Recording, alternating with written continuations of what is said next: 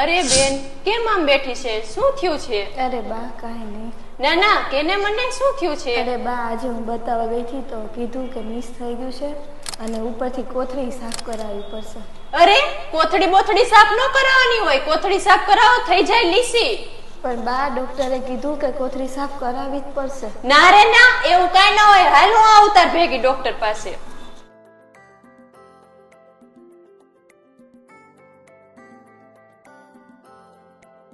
તમને આ કોથળી સાફ કરાવવાનું કીધું છે, એના માટે મારે મળવું છે સાહેબને. તમારી વાત સાચી છે.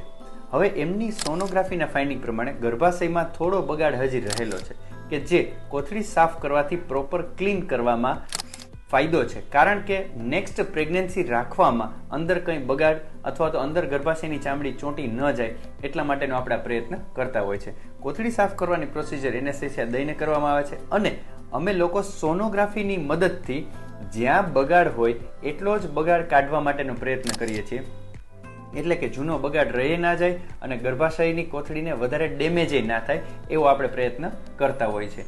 જેમ સિમ્પલ તમને સમજાવું ને કે ઘણા લોકોને ખીલ થાય તો 2 વર્ષ પછી એમની ચામડીમાં ઘણા ડાઘા થઈ ગયેલા હોય છે અને ઘણા લોકોને ખીલ થાય તો 2 વર્ષ પછી તમે જુઓ તો એકદમ સ્કિન સરસ હોય છે.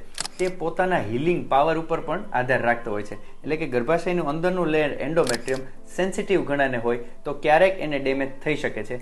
બાકી જો પ્રોપર રીતે કોથળી સાફ કરવામાં આવે તો ગર્ભાશયને કોઈ પણ એવું ડેમેજ થતું નથી કે કોથળી લીસી થતી નથી. તો જો જરૂર હોય તો કોથળી સાફ ડેફિનેટલી કરાવડાવવી જોઈએ.